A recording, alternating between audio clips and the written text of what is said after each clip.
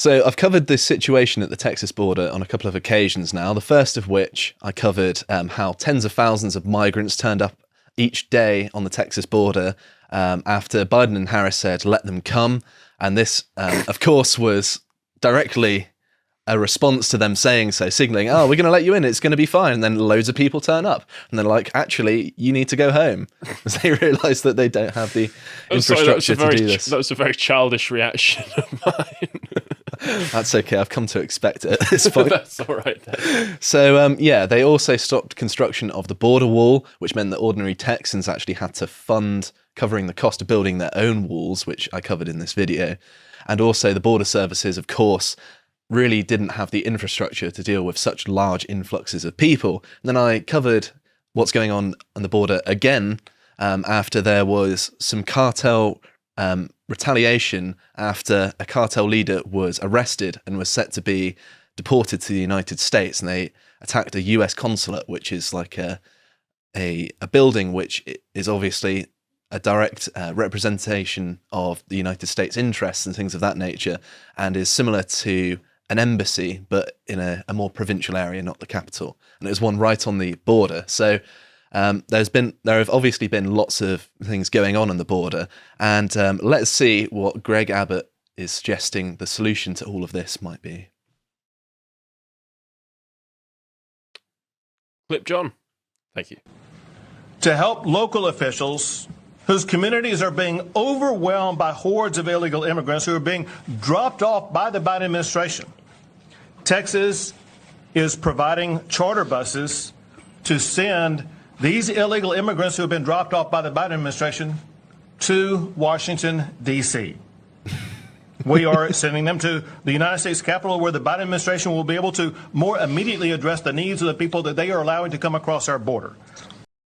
He's obviously been watching South Park recently, because that's the South Park solution to the homeless problem. Just bust them to California. We've got loads of illegal immigrants. Let's just bust them to Washington. That's such a great troll move. It is, because obviously it's probably not going to solve the problem at the border, but what it will probably do is draw attention to the fact that it's going on in the first place. Yes. And through making the people who make these sorts of decisions have to put up with it, if he does eventually bust loads of illegal migrants. I really hope he does. Yeah.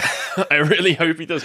Like you say, the whole point is putting the consequences of your policy decisions on people's doorsteps. And many people have often said that politicians often, for a variety of reasons, don't actually have to ever face the consequences of their policy decisions. So let's see how this goes. I like the idea of him bussing loads of like cartel members, and they're going to be all outside Washington, D.C., and then they're going to make January 6th look even more like a picnic than it already was.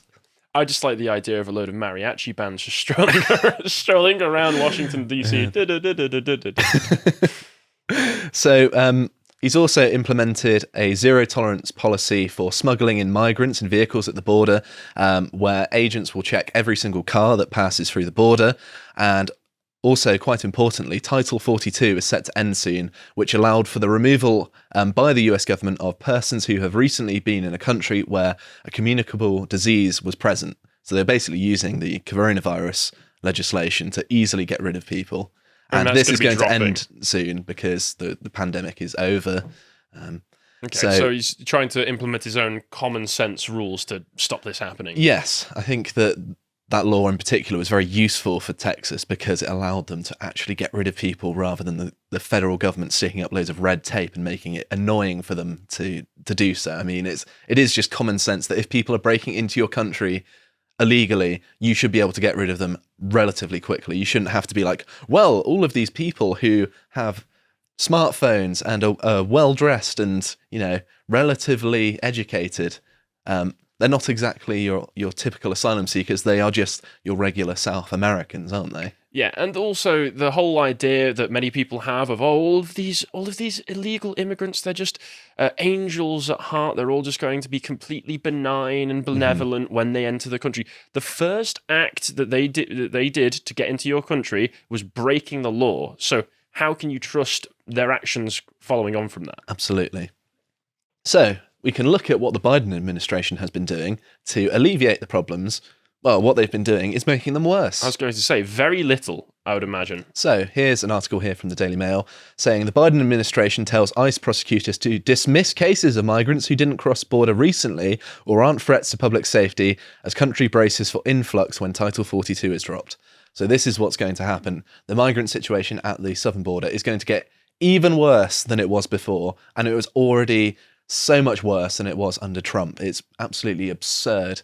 And he's just letting people who've broken in, and they're going to be assessed as not being a threat to public safety. I don't know how they can do that when they're literally tens of thousands of them, if not hundreds of thousands. And so he's saying the cases of people who've been already picked up and are being processed as a result of this, just drop them. Well, some of them, yes. I think one's over a certain amount of time. So it says here, Biden's team sent a memo on Monday to ICE prosecutors instructing them to consider dismissing older cases of immigrants who are not public safety threats. This comes after the Department for Homeland Security Secretary Mayorkas, I think it's pronounced, released new rules in the full deprioritizing deportation of non-resident criminals who are not a threat to public safety. There are around 1.5 million cases pending in immigration courts, which officials claim is unsustainable and may take many years to even be heard. So yes, it seems like if there's 1.5 million cases, and how are they going to process all of those? I mean, are they going to have like massive open air courts and process multiple at the same time? If these are people who just tried to sneak across the border illegally anyway, why do they need to be heard? It's like, you've broken the law, get out. Yeah, and it seems to me that Biden is basically just importing voters en masse. Of course, yeah. Because only people who can't speak English properly would vote for Joe Biden. Well, yeah. Presumably. At least he's a representative for them in that respect. So yes, since Biden took office, the CBP has encountered more than 2.2 million migrants at the border, and the number could as much as triple by the end of Title 42. So this is catastrophe level stuff, really. I know the Greg Abbott's solution is a bit funny. However, this is actually really, really serious. This is a massive problem. This will put so much stress on infrastructure and resources in the local area. And yes, Title 42 will end on the 23rd of May. So this is something that is going to be coming in, a month and a half's time now. So this is, I'm not sure how they're going to be prepared for this, because this is going to be ridiculous. I don't think you can be prepared for this. No. And we have Ted Cruz also encouraging Greg Abbott to bus them to lots of other places as well, presumably places that are also largely leftist. Very progressive places, I'd imagine. I'm surprised to not see Portland. Yeah, I suppose it's not exactly practical to ship them from the other side of the country. They might escape out of the bus and run into the wild. I'm sure they've got cargo planes, it's a situation they're used to, huddling in a corner. And it is also worth mentioning that Greg Abbott's plan to bus the migrants is a voluntary thing. He's not just pushing them all into buses as soon as they get across the border, like, right, go on then. Like, they are voluntarily bussed across. So I'm not necessarily sure how effective that will be. No, you just go, hey, you want to see the White House? Get on this bus. There you go. Simple as. Do you want to see the president? Well, you get to. Yeah, he's your best friend. He might be taking a nap, but you might get a glimpse of him. So yes, the governor's office clarified that the program is completely voluntary for migrants and would happen only after they had been processed and released by the Department of Homeland Security. And in addition to buses, Abbott also ordered the state to charter flights to transport migrants to the nation's capital. The migrants would also have to show documentation that they had already been processed by the Department of Homeland Security, and many immigration advocates have noted that providing transportation services for asylum seekers to reach their final destinations is something the state should invest in. So, weird that these organisations are actually supporting him, bussing them around, but there we go. So, another thing that the Biden administration has been doing is even more questionable than before. Let's go to Jen Psaki and see what they've been up to. Thank you, Jen. First, on immigration, our team in Texas is saying that you guys are starting to give smartphones to border crossers, hoping that they'll use the phones to check in or to be tracked. Which part of that is supposed to deter people from crossing illegally into the States? Well, I think you, of all people, since you've asked me a range of questions on this topic over time, would recognize that we need to take steps to ensure that we know where individuals are and we can track and we can check in with them. That's not an answer to the question. How is that going to deter people? Come to the US, you'll get a free smartphone and maybe citizenship at the end of it. Yeah, and as soon as they're in a position where they don't need that smartphone anymore, you just throw it away. Well, of course. And the tracker's or gone. Or just take the SIM card out or whatever. Yeah. And you've got yourself There's any a free number smartphone. of solutions to this is an incentive, Jen. You're incentivizing them to come over. Oh, what's worse is that they're literally using taxpayers' money to give them smartphones in an economic downturn for them to come to the country to push down wages, massive inflation, increase housing prices, push down wages. Great. That's what the taxpayer wants. They want their living conditions to be made noticeably worse with their own money, don't they? It's beyond a joke. I feel really sorry for you guys. Politicians, I mean, not that we can talk here, but still. Politicians would be so much more useful if we just elected dogs. I think that's the solution. Just elect dogs. They don't know. There was a town in America that elected their mayor as a dog. I'm sure it runs brilliantly. Mm-hmm. And let's not also forget, I think Razorfish shared it recently, that in Spain, when the government went down for, the government closed for 10 months, the economy grew and unemployment fell.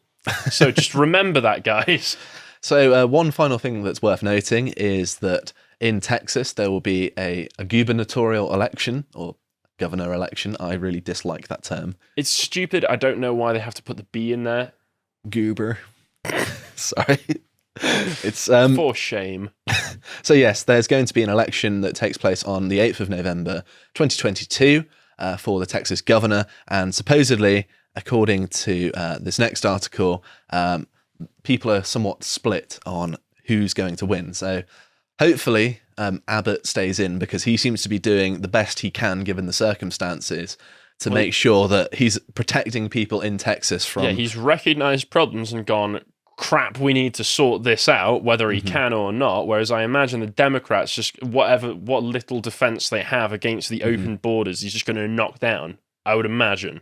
Yes, I wouldn't be surprised, although I haven't actually looked at the opposing candidate. I just thought I'd draw attention to the fact that he is running for office soon. People in the Republican Party have suggested that busing the migrants is just a stunt for his re-election, which I can certainly understand, and that it doesn't solve the problem. However, it is very funny, and it is good to rub the noses of people in Washington in the problems that they have helped create.